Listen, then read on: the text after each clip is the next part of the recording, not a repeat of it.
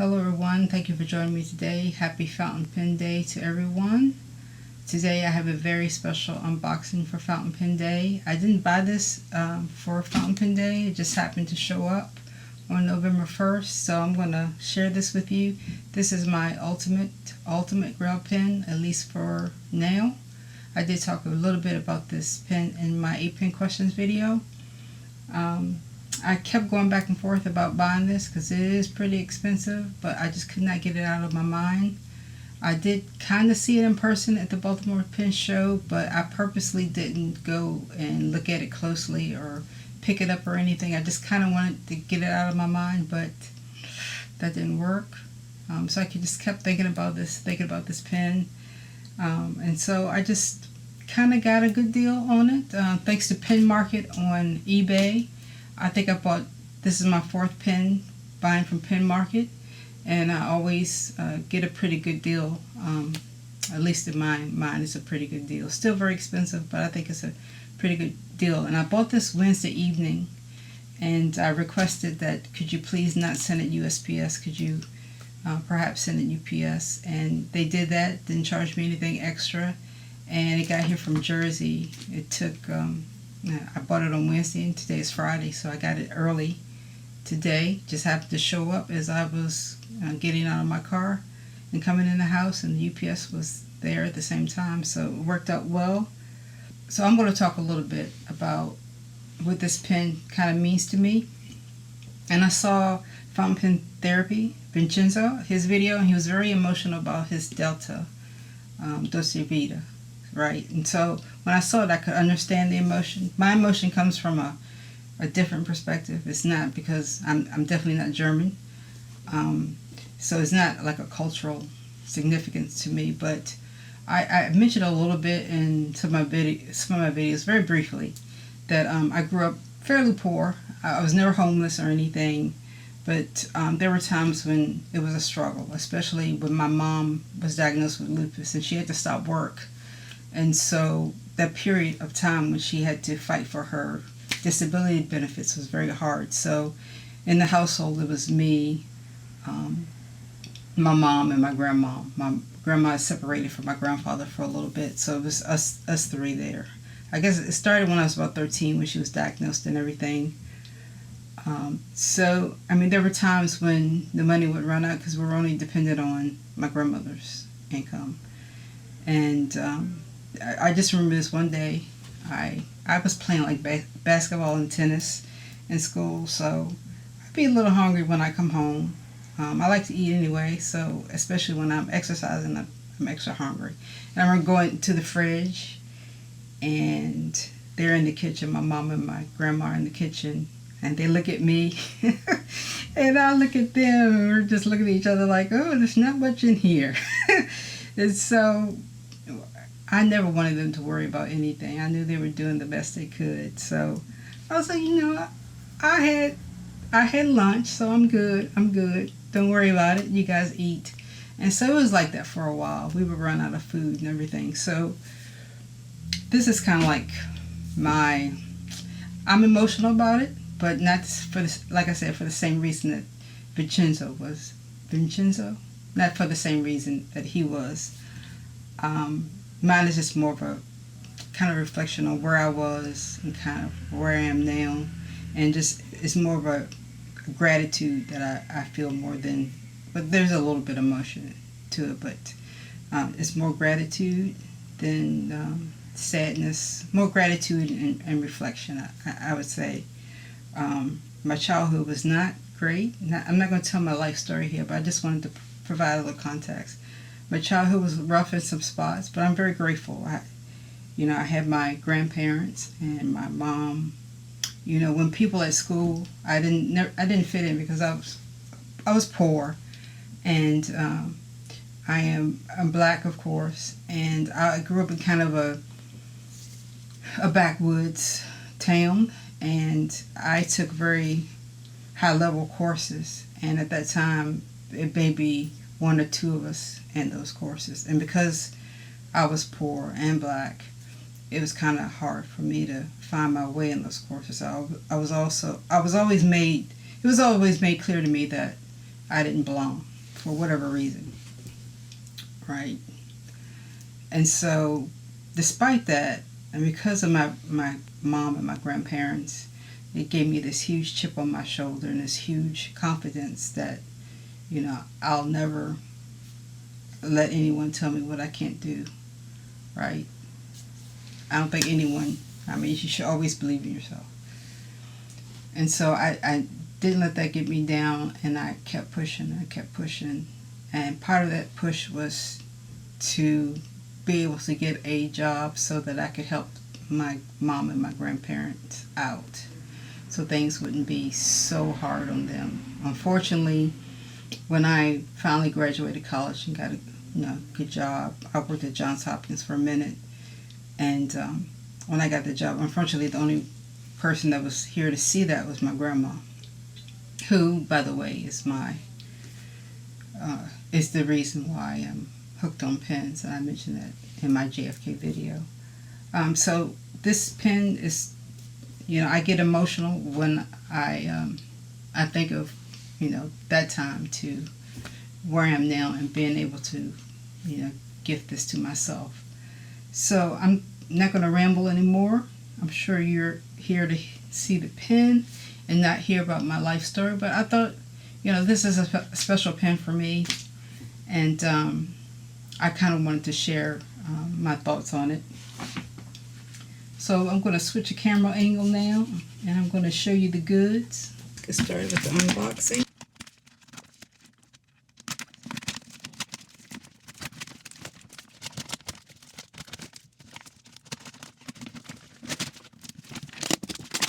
This is the box, the outer box. Looks like I have number 793 out of 888. As you can see there, Pelican 40 Years of Suberon, and includes one bottle of 4001 dark green.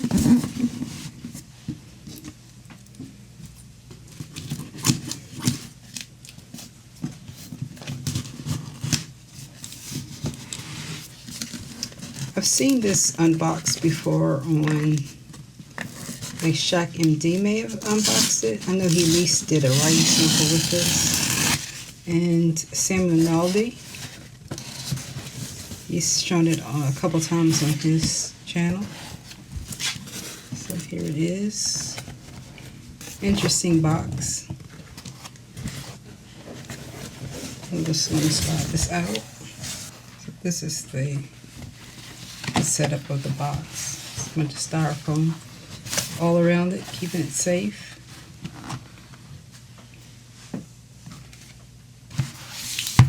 Get this out of the way. So this is the... No, you can't eat that. Nope, can't. My pup likes to eat boxes, so that's good when, you want to tear down a box. Just have her chew it up and then you can throw it in the recycling. But it's not good when you want to actually keep a box. So this is the next inner box. This is booklet inside.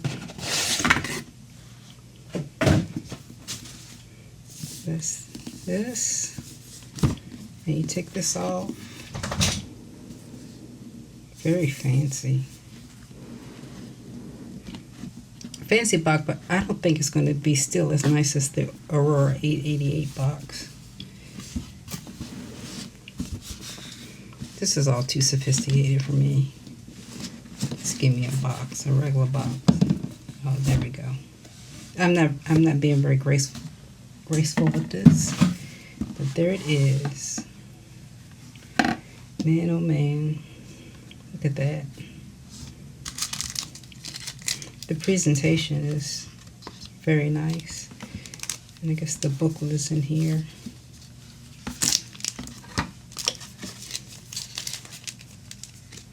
Because I bought it on eBay, I probably don't have a warranty, I'm not sure, but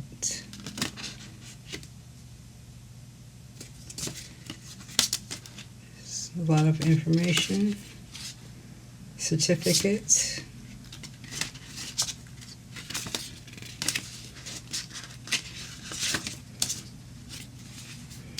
There it is.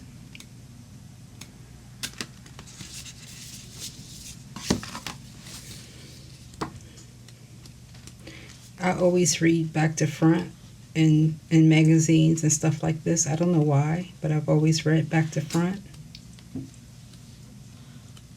I am diagnosed ADD, so I'm not sure if that's a ADD thing to do something like that, but I read books, of course, front to back, but never pamphlets and magazines. So that's a very nice box. I love the way they have that presented. This is like a little metal piece. Very, very swanky. So we can take a look at the website here really quickly.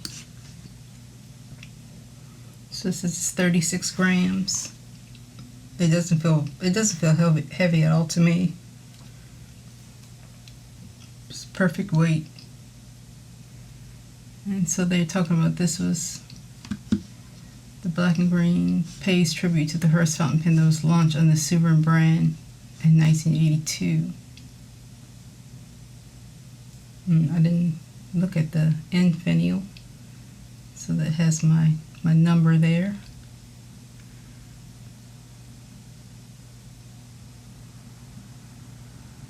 And that's pretty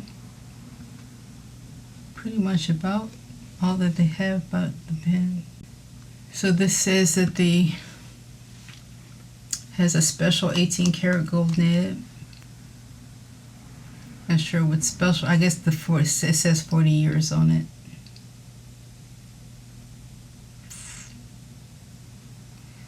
The infinity symbol, a horizontal 8.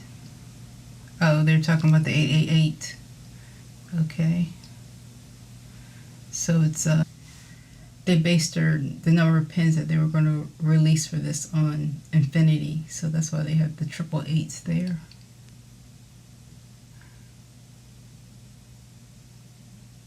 So they're talking about the golden ring, which is really what drew me to this pen. The fine lines are diamond ground and highlight the significance of the quintessential Superman stripe design. But yeah, a very beautiful pen, and I am so super grateful to have this. So I'm going to zoom in here. First I'll show you the pen. So it's a piston filler, and these only come in mediums, which makes me a little nervous because I know Pelicans, their nibs run a little large. And there's the kind of band. There's the top.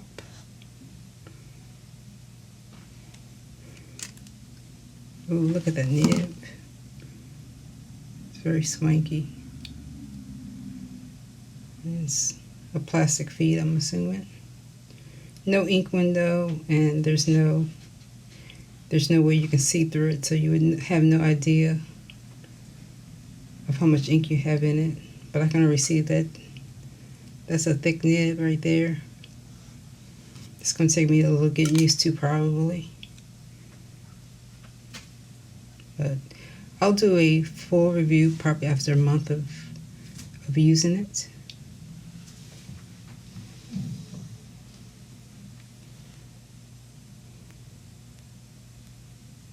But right now I'm going to see what ink I want to put in it.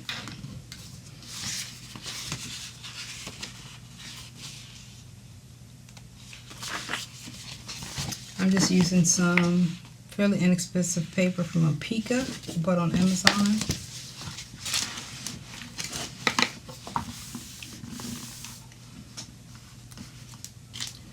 This is the 4001 dark green. Oh, it is pretty dark. Nice dark green.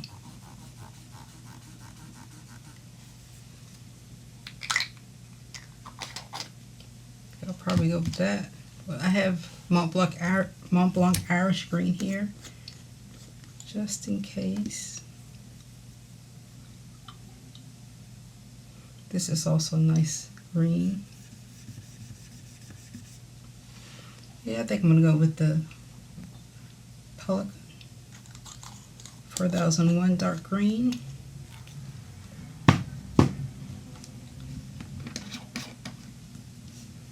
And I'm assuming that this is going to have a very smooth piston knob or piston mechanism, and it is. Pelican does it so well. They have the smoothest piston mechanisms.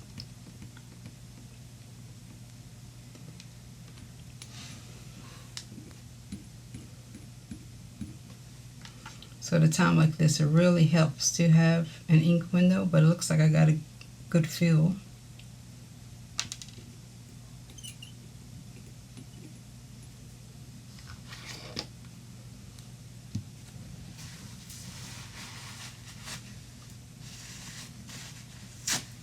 I have some other Pelican 4001 inks, but really nothing that stood out to me. They're not inks that I really use very often, if at all.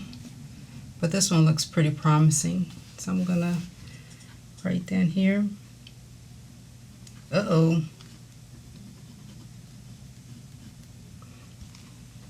That's not a good sign.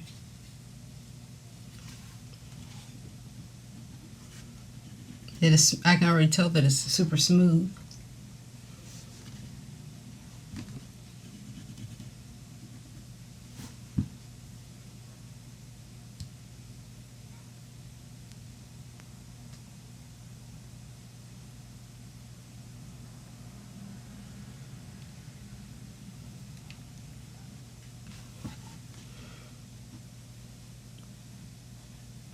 You know, and actually this medium is actually pretty nice. It's very nice. Pelican. It's an M800. 40 years of Suberon. It's medium, 18 karat. This is smooth as butter, and it's inked with Pelican 4001. It's called dark green. This is a limited edition dark green.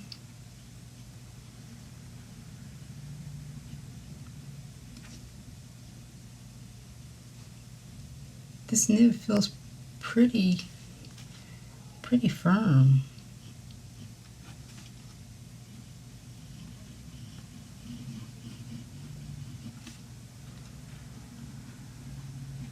Not really good in reverse. On my left hand. Yeah, my left hand likes it.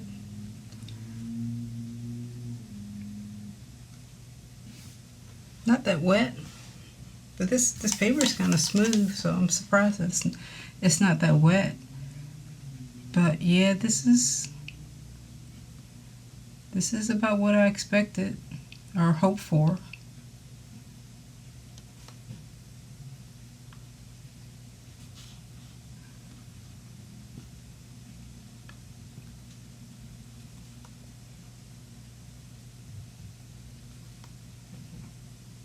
This nib feels great.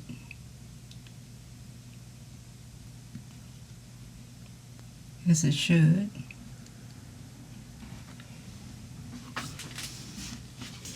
So that's what it looks like. It did hard start a little bit there at the beginning, but I don't think that's going to be a regular issue.